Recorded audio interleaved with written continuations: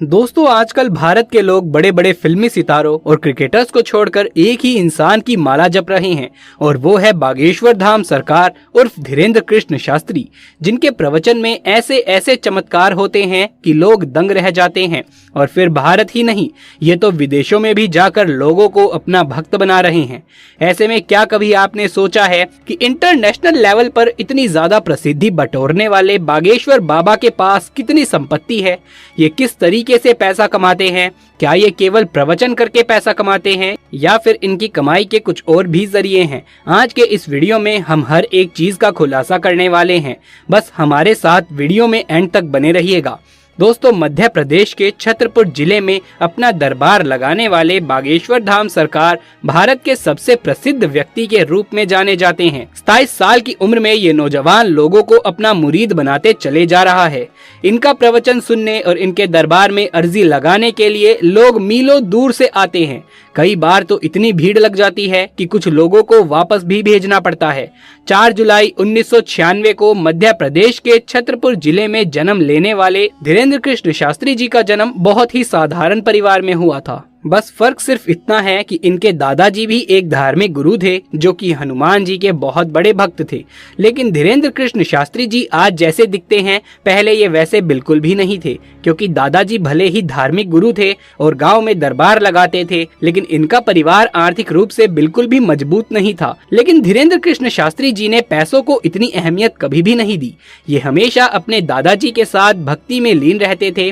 तभी तो मात्र 9 साल की छोटी सी आयु में ही धीरेन्द्र कृष्ण शास्त्री जी हनुमान जी को अपना गुरु मान लेते हैं और उनकी पूजा करनी शुरू कर देते हैं और 12 साल की छोटी सी उम्र में कथाएं सुनाने लगे।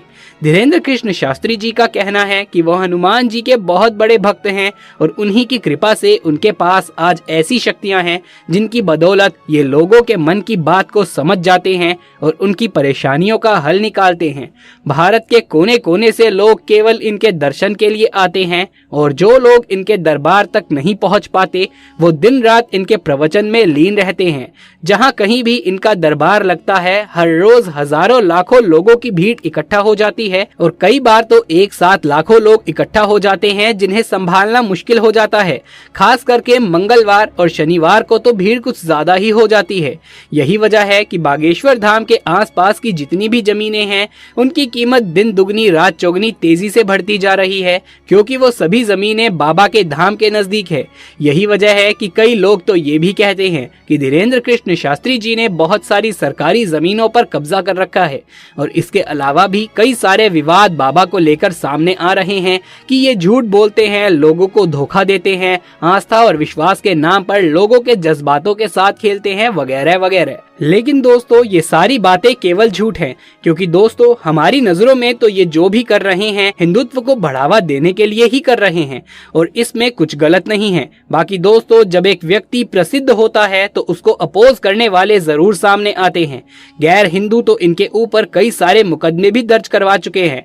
कहा तो ये भी जा रहा है कि बागेश्वर धाम में आने वाले लोगों की संख्या इतनी ज्यादा हो गई है कि आसपास की जो दुकानें हैं उनका किराया 1 लाख के ऊपर चला जाता है और इन सब चीजों का बागेश्वर धाम के बाबा को खूब फायदा होता है। इसीलिए तो कई लोग ये दावा करते हैं कि बाबा बागेश्वर धाम सरकार की कुल संपत्ति 20 करोड़ से भी ज्यादा है और ये भी हो सकता है कि इनके पास इससे भी ज्यादा की संपत्ति हो, जिसका सबसे बड़ा कारण इनके भक्तों की बढ़ती हुई तादाद है। हालांकि बागेश्वर बाबा का असली काम कथावाचन करना है, जहां ये अपने दरबार में आए हुए लाखों लोगों को रामायण और महाभारत की कथाएं सुनाकर ईश्वर के प्रति उनके प्यार और विश्वास को बढ़ाते हैं। धीरेन्द्र कृष्ण शास्त्री जी विदेशों तक में जाकर कथा सुना चुके हैं और अपने शब्दों का जादू वहां पर भी बिखेर चुके हैं। कहते हैं कि जो कोई भी एक बार धीरेन्द्र कृष्ण शास्त्री जी की कथा सुन लेता है वो बार बार इनके धाम पहुंच जाता है, क्योंकि इनकी बातों में झलकती भक्ति और ईश्वर के लिए प्यार लोगों को अपनी तरफ आकर्षित करता है।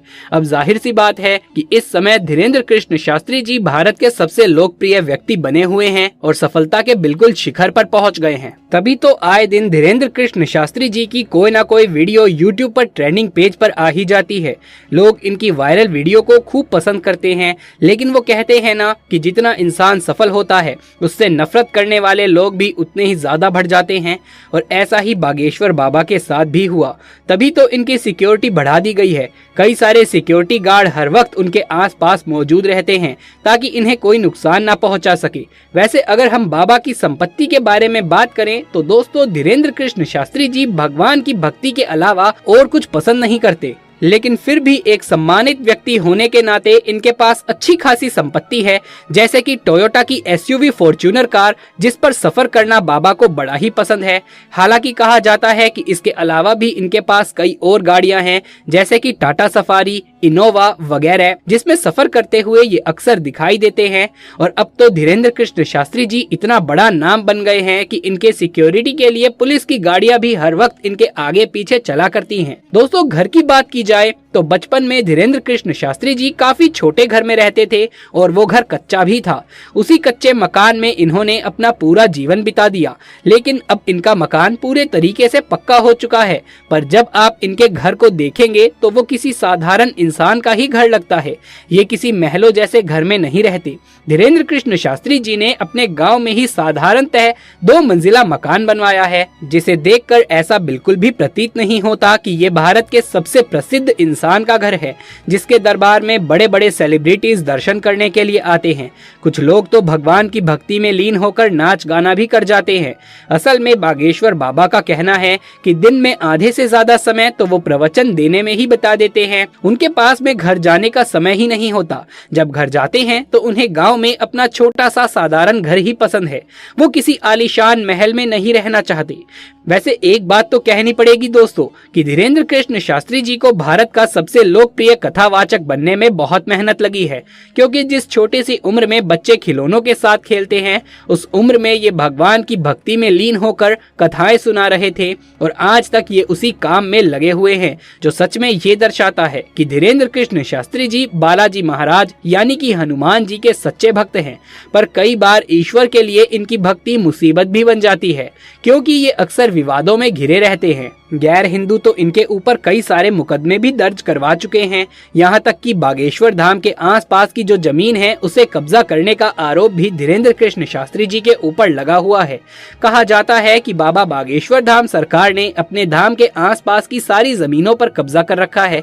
कई सारी दुकानें किराए पर उठाई हैं, जिसका किराया ये लाखों में वसूल करते हैं और खूब पैसा कमाते हैं। और हद तो तब हो जाती है जब लोग ये कहते हैं कि धीरेंद्र कृष्ण शास्त्री जी के पास कोई भी दिव्य शक्ति नहीं है, बल्कि वो तो मंच पर अपने ही बैठे हुए लोगों को बुलाते हैं और उन्हें पहले से ही बताकर रखते हैं कि किस तरह से सवाल स्टेज पर पूछने हैं और किस तरीके से उन्हें रोज गाना है, ताकि बाकी के लोग सब कुछ सच समझे। पर दोस्तों, आप खुद ही सोचिए कि भारत में लोग पैसों के चक्कर में इस तरह की नौटंकी तो कर लेंगे, लेकिन क्या विदेशों में भी ऐसा होगा? क्योंकि जब धीरेंद्र कृष्ण शास्त्री जी इंग्लैंड के लिए गए तो वहां पर भी इन्होंने अपने लोगों के मन को पढ़ने वाले चमत्कार से सभी लोगों को आश्चर्य में डाल दिया।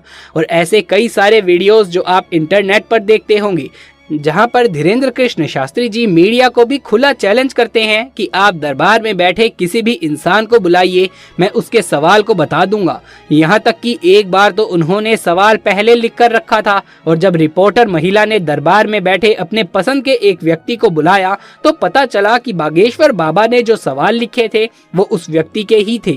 अब इनकी सारी बातों से ये चीज तो साफ हो जाती है कि धीरेंद्र कृष्ण शास्त्री जी में कोई ना कोई खास बात जरूर है, तभी तो लाखों की संख्या में लोग केवल इनका प्रवचन सुनने के लिए इनके दरबार में पहुंच जाते हैं। उनका मानना है कि बाबा की बातें सुनकर ही उनके कष्ट दूर हो जाते हैं। ऐसे में आप 1 या 2 लोगों को तो गलत ठहरा सकते हैं, लेकिन एक साथ लाखों करोड़ों की संख्या में लोगों को गलत ठहराना सही नहीं है। लेकिन फिर भी कई सारे लोग धीरेंद्र कृष्ण शास्त्री जी के पीछे पड़े हुए हैं और ये कह रहे हैं कि ये एक फ्रॉड और ढोंगी है जो कि लोगों का पैसा लूट रहे हैं, जबकि उल्टा उनके दरबार में कोई भी जाता है तो वहाँ के प्रसाद को खाकर अपना पेट भरता है। लाखों लोग इनके दरबार से होकर निकलते हैं। आज धीरेंद्र कृष्ण शास्त्री जी की वजह से लोगों के मन में भगवान के प्रति भक्ति बढ़ती चली जा रही है और हमारे लिए ये कहीं से भी गलत नहीं है। बाकी आपका बाबा के बारे में क्या कहना है, नीचे कमेंट बॉक्स में लिख करके जरूर से बताएं। यदि आप भी बागेश्वर बाबा के सच्चे भक्त हैं तो कमेंट बॉक्स में जय बागेश्वर धाम, जय बालाजी सरकार लिखना बिल्कुल भी ना भूलें। यदि ये वीडियो पसंद आया हो तो इसे एक लाइक करके अपने दोस्तों और रिश्तेदारों में ज़्यादा से ज़्यादा शेयर कर दें। आगे भी ऐसे वीडियोस लगातार देखते रहने के लिए चैनल को सब्सक्राइब करके पास वाले बेल आइकन को भी दबा लीजिए। जल्द मुलाकात होगी आपसे किसी अगली वीडियो में। तब तक के लिए आप सभी का धन्यवाद।